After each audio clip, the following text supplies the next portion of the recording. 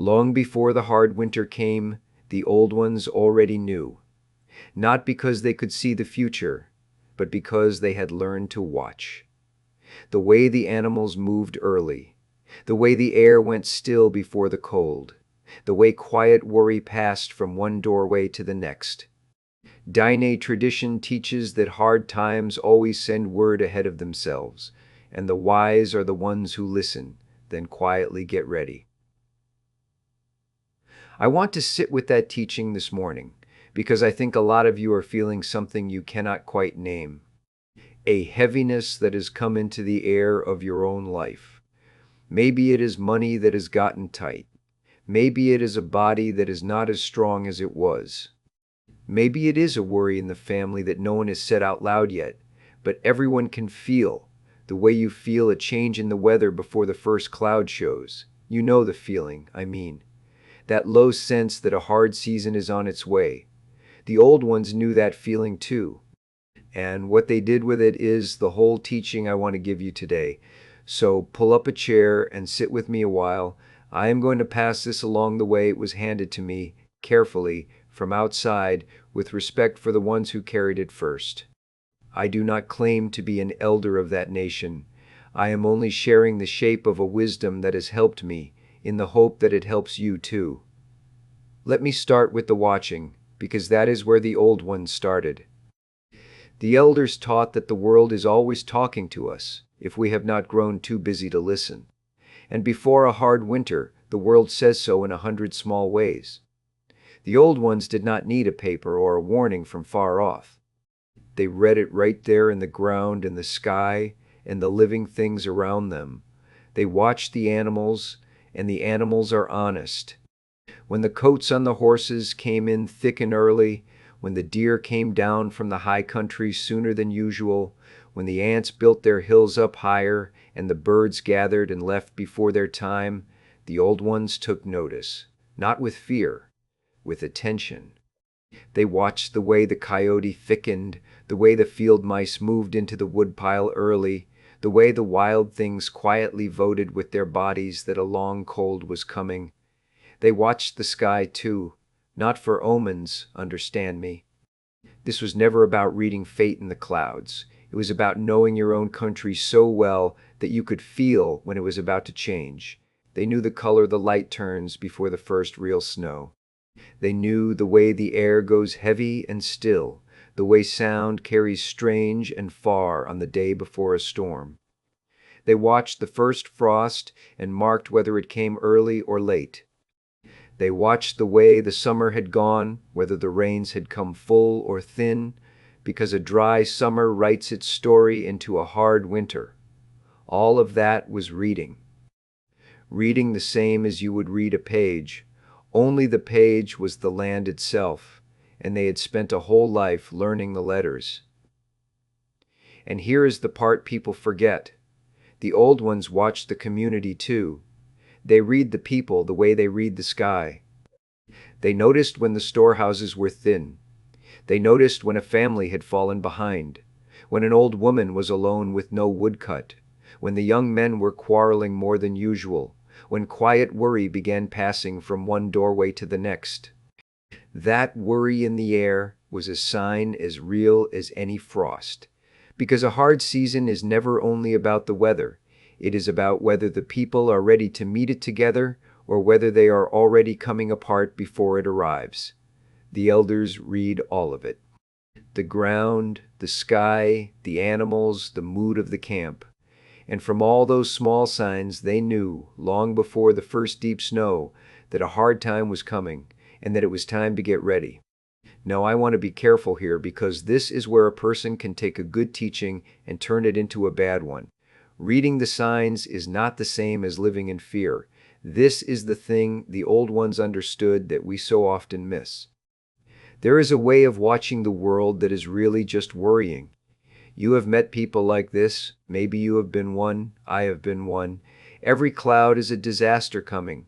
Every ache is the worst thing. Every bit of hard news sends the whole heart into a panic. That is not what the elders were doing. That kind of watching does not make you ready. It only makes you tired, and a tired, frightened heart makes poor decisions. The old ones did not read the signs, so they could be afraid ahead of time. They read the signs so they would not have to be afraid at all. Think about it plainly. Who is more at peace? The one who refuses to look at the sky, who pretends the cold is not coming, and then gets caught out in the first storm with no wood and no food, scrambling and terrified? Or the one who saw the signs in the fall, who quietly filled the shelves and mended the roof, and who can sit by the fire when the snow finally comes and feel nothing but calm, because everything that needed doing is already done? The one who watched is the one who gets to rest. That is the secret the old ones knew. Attention is not the opposite of peace. Attention is how you earn your peace. So when you feel that heaviness in your own life, that sense of a hard time coming, I do not want you to push it away, and I do not want you to drown in it. I want you to do what the elders did. Turn and look at it plainly. Ask yourself, honestly, what am I actually seeing? What are the real signs here? And what is just my fear making shapes in the dark? Reading the signs clearly is the first act of a calm person. It is the fearful ones who refuse to look. The wise ones look, and then they get to work. And that work, the getting ready, is the next thing I want to tell you about, because the old ones had a whole art to it, and it was a calm art, not a frightened one. When the elders saw the hard season coming, they did not panic and they did not hoard. Hear that difference, because it matters. A frightened person grabs everything for themselves and slams the door. That is not what the old ones taught. What they taught was steady, ordinary preparation, done in good time, done together. They put food by. Through the whole good season, when the corn came in and the summer was fat, they were already thinking of winter, drying and storing and setting aside, so that the storehouse was full before the cold ever came. They did it a little at a time, without drama, the way you fill a basket one handful at a time until one day you look and it is full. They mended what was torn. They looked at the roof before the snow, not during it. They checked the fences and the hogan and the things that would have to stand against the wind, and they fixed the small weakness while it was still small, while the weather was still kind and the fixing was still easy. Because the old ones knew that a hard season does not create most of your troubles. It finds the troubles you already had and makes them bigger. The crack you ignored becomes the leak. The small debt becomes the crushing one. So they went looking for the small cracks on purpose, in the good weather, and they closed them up while it was still easy to do. And most of all, they drew the people close. This is the part I do not want you to miss, because it is the deepest part. The old ones knew that no family gets through a hard winter alone. So before the cold came, they tended the relationships the way they tended the storehouse. They made sure the quarrels were patched. They made sure the ones who had fallen behind were helped up.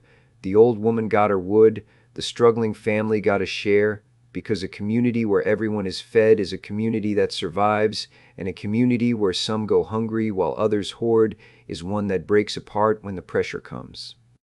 They tightened the bonds between people the way you tighten the ropes on a load before a long haul, and they kept the ordinary ways going. They kept the daily rhythms, the shared meals, the small courtesies, the walking in beauty that Diné tradition calls hosho, that balance and harmony in the way a person lives. Because when the hard time comes, the people who have kept their good order, their calm daily ways, are the ones who do not fall apart. The order they built in the easy days becomes the thing that holds them up in the hard ones. Let me tell you a story now, the way it was told to me, so you can see all of this in one picture. There was a family, the old one said, in a winter that everyone remembered long after.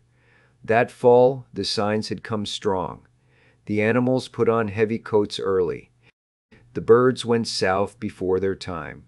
An old man in the camp looked at the thin summer rains and the early frost and said plainly to his family, "This one is going to be hard. Let us get ready now."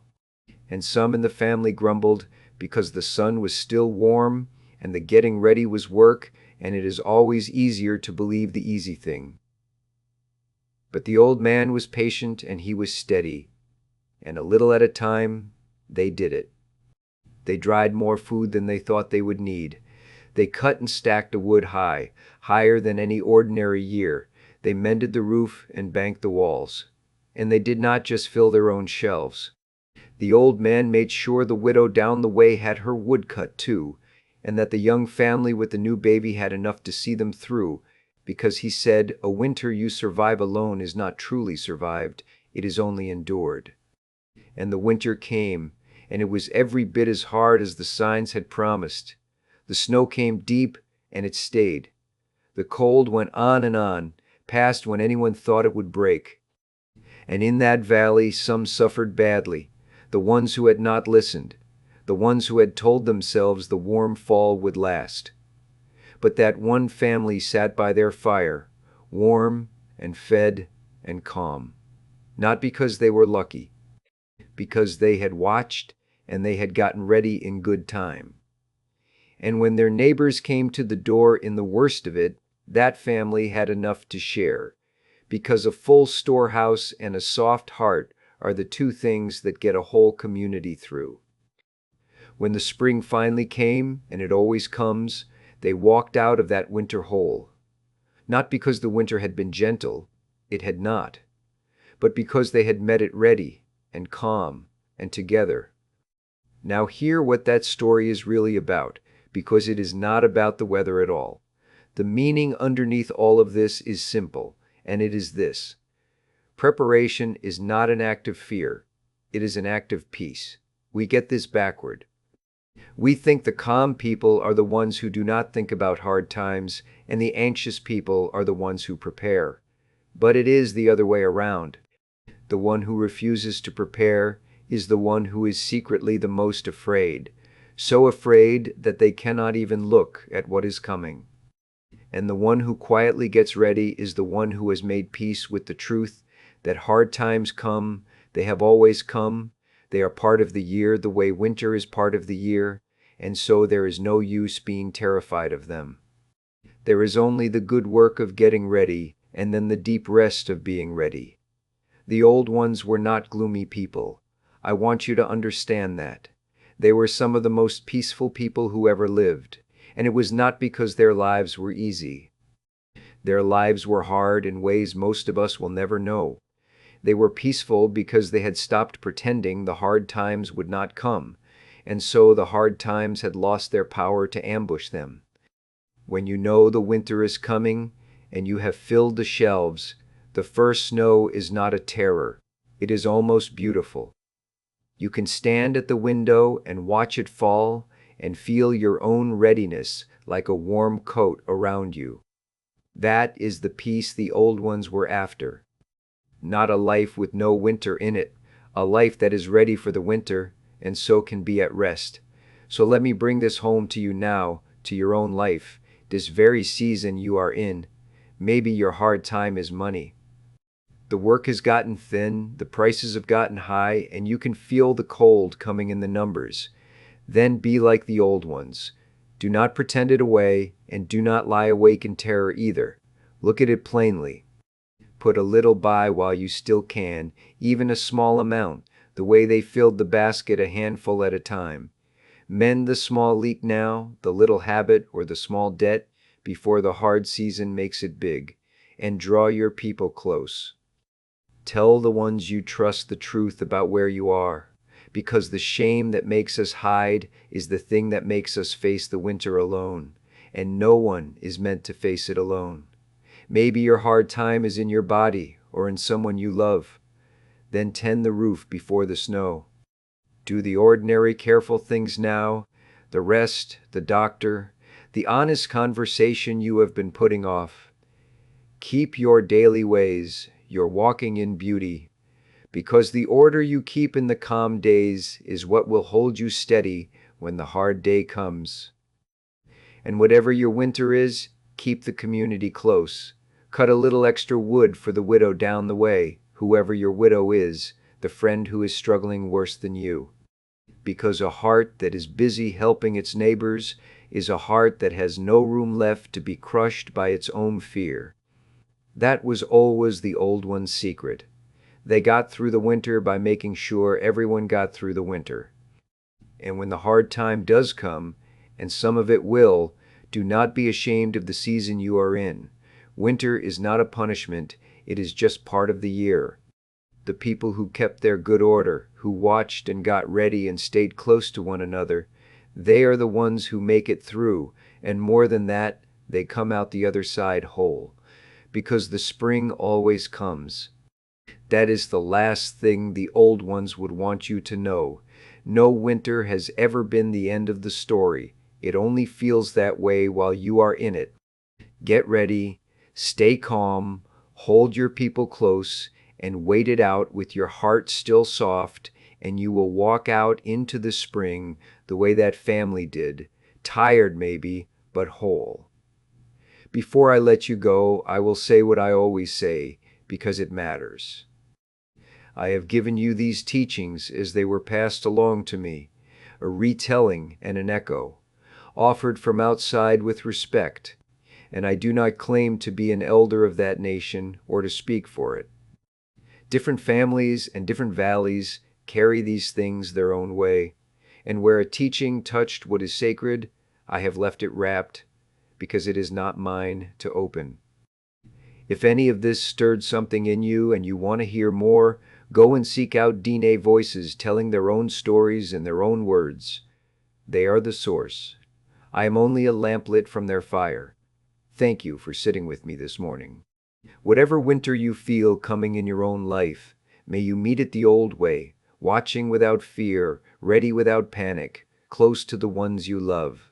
And until we talk next time, walk in beauty.